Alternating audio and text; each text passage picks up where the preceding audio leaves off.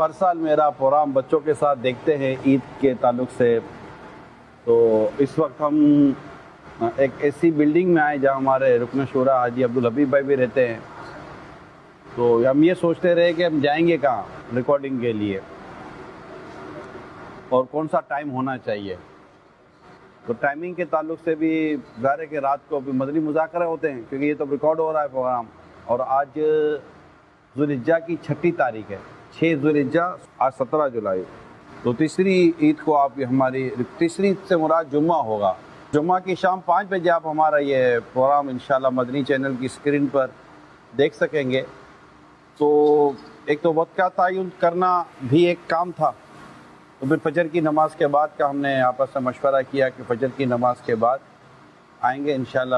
ہلکا پھلکا اجالا بھی ہوگا اور نماز سے سب فارغ ہو چکے ہوں گے. رات چونکہ مدنی مذاکروں کا سلسلہ جاری رہتا ہے، پھر تاخیر ہو جاتی ہے. تو کوشش کریں گے انشاءاللہ، بچوں کے سوالات بھی لیں گے.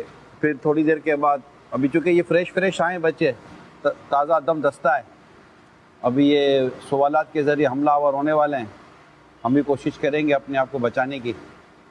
اور بڑے مطلب کہ مدنی چینل کے اہم مبلغین اور عام اسلامی بھائی آئے ہوئے ہیں. ٹھیک ہے بھائی، ہلکا رکھنا. چلتے پھر بچوں کے سوالات کی طرف، دیکھیں بچے کیا سوال کرتے ہیں. بچوں کو ٹرین کرنے والے بھی موجود ہیں جی. السلام علیکم ورحمۃ اللہ وبرکاتہ. وعلیکم السلام ورحمۃ اللہ وبرکاتہ. میرا نام محمد نہال رضا اتاری ہے. کیا نام ہے بھائی جان؟ محمد نہال رضا اتاری. ریحان رضا اتاری.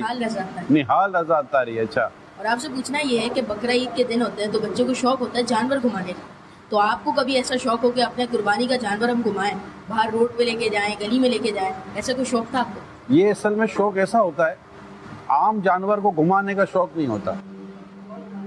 عام جانور گلیوں میں گھوم رہے ہوتے ہیں، بلکہ گلی میں کوئی بڑا جانور ہے تو سائڈ ہو جاتا ہے.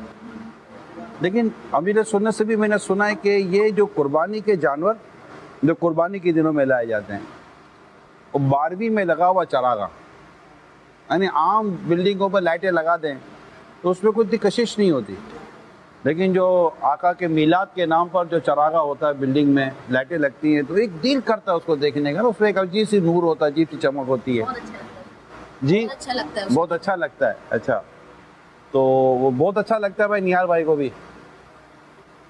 اسی طرح یہ جو قربانی کے جانور ہوتے ہیں نا، ایسا لگتا ہے خاص پالے جاتے ہیں بقرہ عید کے لیے، اور ان کی خاص خیال اور نگہداشت کی جاتی ہے. ان کو خاص طور پر کھلانا پلانا، پھر وہ ان کا ایک کمرشل بھی ہے، کماتے بھی ہیں.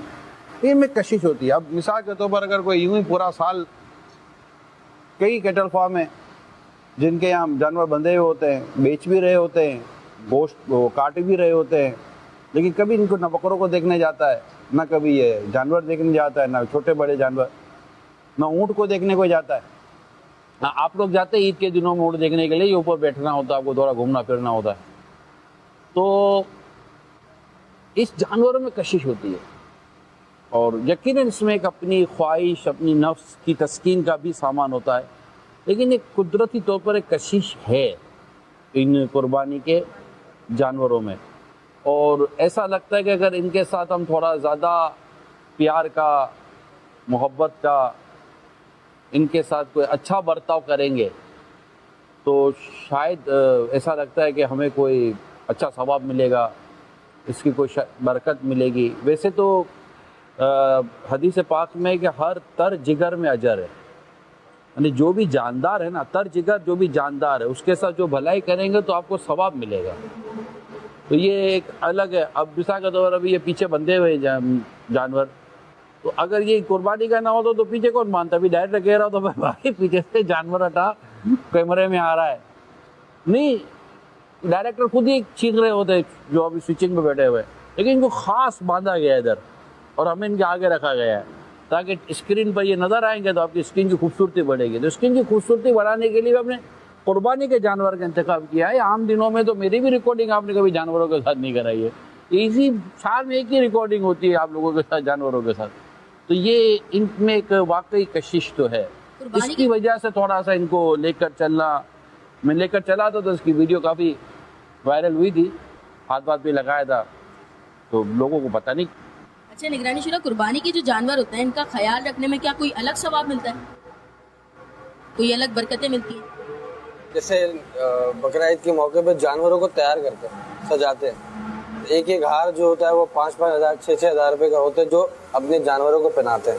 تو اس کی یہی وجہ ہوتی ہوگی کہ یار اتنا اس کو خوبصورت کریں، اتنا خرچ کریں. اہتمام کیا کیوں جا رہا ہے؟ ایک تو یہ ایک ہے، اگر اس اہتمام کے پیچھے کوئی ایسی اچھی نیت ہے، یعنی فی نفسی بنیادی طور پر یہ عمل ایک مباح ہے، یعنی کرو تو جائز ہے، نہ کرو تو گناہ نہیں ہے. لیکن چونکہ عمل جائز ہے، اب یہاں کو اگر اچھی نیت بنتی ہو تو ظاہر ہے اگر کوئی اچھی اور نیک نیت بنا لے گا تو انشاءاللہ امید ہے کہ اس کو ثواب کا وہ حقدار تو بنے گا. السلام علیکم ورحمۃ اللہ وبرکاتہ. وعلیکم السلام ورحمۃ اللہ وبرکاتہ. نگرانی شورا، آپ کی بارگاہ میں یہ سوال ہے کہ کافی لوگ قربانی کے جانوروں کو مین روڈ پہ لے کے جاتے ہیں اور گھماتے ہیں.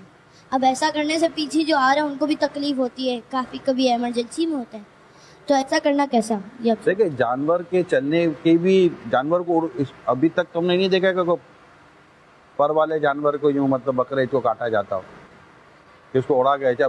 پر ہو بھی تو بندے کا پر نہیں ہے کہ وہ اڑ کے گھمائے گا. تو اسی طرح اڑنے والی گاڑیاں نہیں ہیں، ادھر اڑنے والے جانور بھی نہیں ہیں. چلیں گے تو یہ بھی راستے پر، اگر ان کو فٹ پاتھ پہ چلا تو بولیں گے کہ ہم کہاں چلیں، روڈ پہ چلا تو گاڑی والے بولیں گے ہم گاڑی کہاں چلائیں. تو بھائی جانور کو بھی کہاں لے کے جائیں؟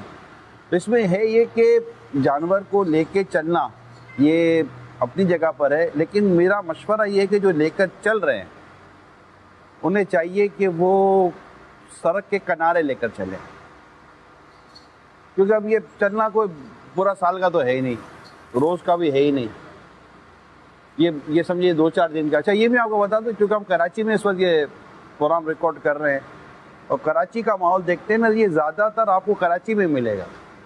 اچھا کراچی میں ملے گا، کراچی کے بھی چند علاقوں میں ملے گا. یہ ہر علاقے میں بھی آپ کو، یعنی کئی ایسے علاقے کراچی کے ہیں جہاں جائیں گے تو آپ کو پتہ بھی نہیں چلے گا کہ یہاں بھی کوئی بقرعید ہو رہی ہے. لوگوں نے یا تو لیے نہیں ہیں یا عید سے 1 دن پہلے لیں گے، اپنے گھر کے اندر باندھیں گے، وہ گھر کے اندر ہی بندھا ہوا ہوگا، وہیں پر آئے، وہیں پر کٹائے گا، وہیں پر سب ختم ہو جائے گا. سڑک پر وہ بھی یہاں بھی نہیں لائیں گے. ایسے ہمارے یہاں کراچی میں بھی علاقے ہیں. اور چونکہ ہم جن علاقوں میں رہتے ہیں، آپ جن علاقوں میں رہتے ہیں، تو ہم دیکھتے ہیں کہ یہاں پر جانور کے ساتھ کچھ الگ ہی معاملہ کیا جاتا ہے. اور یہاں پہ بچوں کو گھمانے پھرانے کا شوق ہے. اگر آج ابھی جانور یہاں نہ بندھے ہوتے تو اب خالی میرے سے ملنے کے لیے تو میرا خیال ہے فجر مڑ کر آتے نہیں. تو جانوروں کی بھی کشش ہے، وہ بھی قربانی کے، تو یہ قربانی کا جانور ہے، اس لیے آپ دیکھنے کے لیے آئے. تو دیکھ کر چلانا اور اس میں پھر احتیاط کرنا، کیونکہ حقوق عامہ میں سارے آ جاتے ہیں. اعلیٰ حضرت امام اہل سنت نے جو حقوق عامہ کی جو تفصیل بیان کی، اس میں جانوروں کے چلنے کو بھی، جانور کا بھی حق ہے کہ وہ بھی، بلی کہاں چلے گی، کتا کہاں چلے گا، گائے بیل گھوڑا یہ سب کہاں چلیں گے، ان کا بھی چلنے کا حق ہے. حقوق عامہ میں یہ سارے حقوق آ جاتے ہیں، انسان، جانور. تو اب چلنا تو ان کو سڑک پر ہی ہے. اب چونکہ ہم نے چلانا ہے تو ہمیں ایک کنارے پہ لے کر چلانا چاہیے تاکہ جانور کو بھی، کیونکہ پیچھے سے بھی وہ بجائے گا ہارن، جب ہارن بجائے گا تو یہ آپ کا جو بڑا جانور ہوگا یہ بتکے گا، کیونکہ یہ بھاگے گا تو ہارن والا اس کو پکڑے گا نہیں، پکڑو گے آپ، اور وہ آپ اس کو پکڑ دو گے نہیں، وہ آپ کو لے کر بھاگ رہا ہوگا.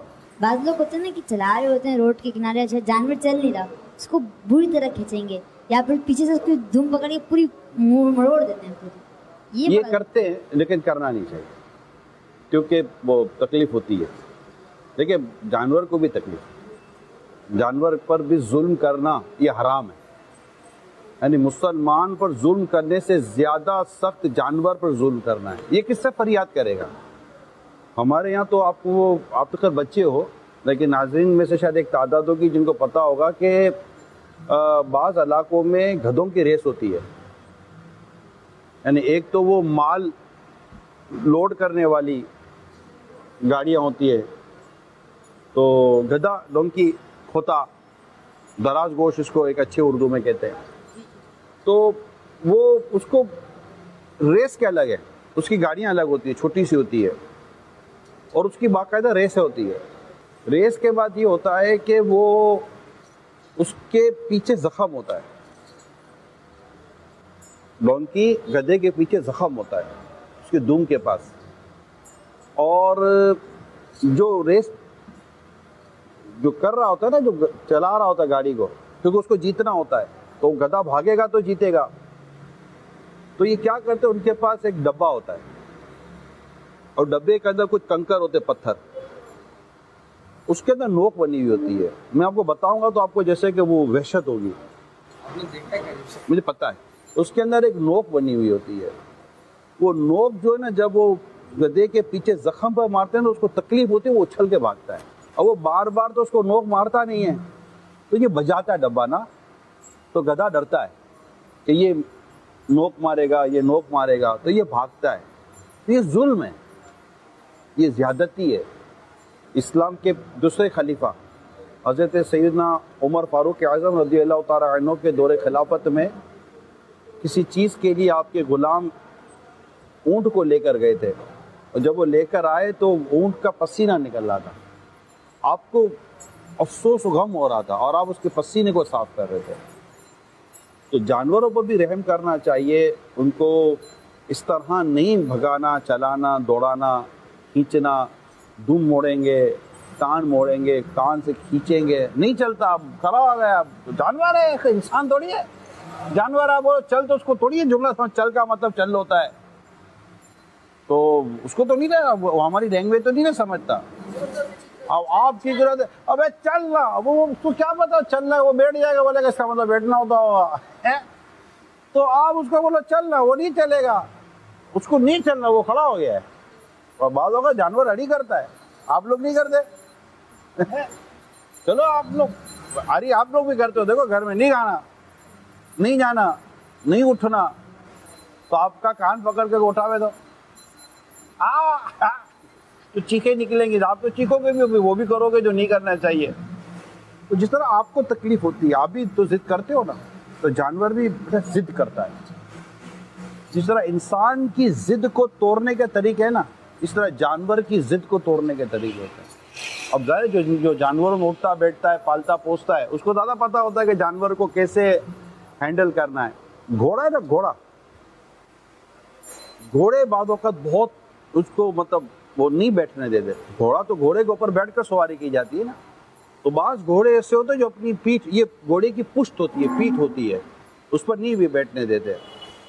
تو یہ بہت تیز بھی ہوتے ہیں، اور مطلب کہ وہ دوڑتے بھی اچھا ہیں بعض گھوڑے، لیکن وہ نہیں بیٹھنے دیتے. تو ان کو رام کرنا بولتے ہیں، گھوڑوں کو سدھانا. تو اس کے بھی الگ ماہر ہوتے ہیں جو اس کو تھوڑا اس کی مار بھی کھاتے. گھوڑے کی گھوڑا گراتا بھی ہے، پلاتے باتے بھی مرتا ہے، لیکن وہ آہستہ آہستہ آہستہ آہستہ گھوڑے کو اپنا تھوڑا سا وہ فرینڈلی موڈ میں لانے کی کوشش کرتے، دوست بنانے کی. گھوڑا بھی پل جاتا ہے. ہاں، گھوڑا پالتو جانور ہے، پلتا ہے، انسان کے ساتھ رہتا ہے. آپ کیا وہ بچوں کو لے کر چلے تو اونٹ کو لے کر چلا رہے تھے، اب اتنا بڑا اونٹ ہے، ایسے پتہ 8-10 بچے کندھوں پہ کھڑا تھا تو اونٹ کے برابر ہوگا، اور وہ اونٹ کو لے کر چل رہا ہے. دیکھیں یہ اللہ تعالیٰ کی اپنے بندوں پر کرم نوازی ہے. یہ اتنا بڑا جانور پیچھے کھڑا ہوا ہے، یہ ہمارے اس کی مہربانی ہے، کھڑا ہوا ہے. یہ رسی مسی توڑ کے تو بھاگے تو اپنی ریکارڈنگ تو گئی نا. ایسا ہی. اور میں بلاؤں گا، میری ریکارڈنگ ہے، تو آپ بولو گے کہ اپنے بعد میں بات کریں گے، ٹھیک ہے.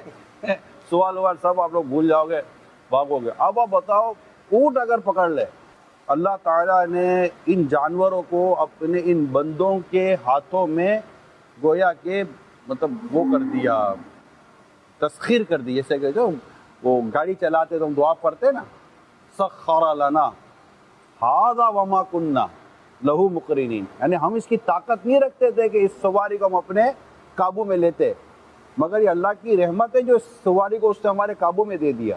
یہ اللہ کی رحمت ہے جو اتنے جاندار شاندار بڑے جانور. ارے ہاتھی کو پالتے یار، بیٹھو ہاتھی پہ، بیٹھے ہو، ہاتھی پہ نہیں بیٹھے ہو، واقعی ہاتھی پہ نہیں بیٹھے ہو. چلو صحیح، اچھا ہے، کیا کرو گے بیٹھ کر، صحیح نہیں.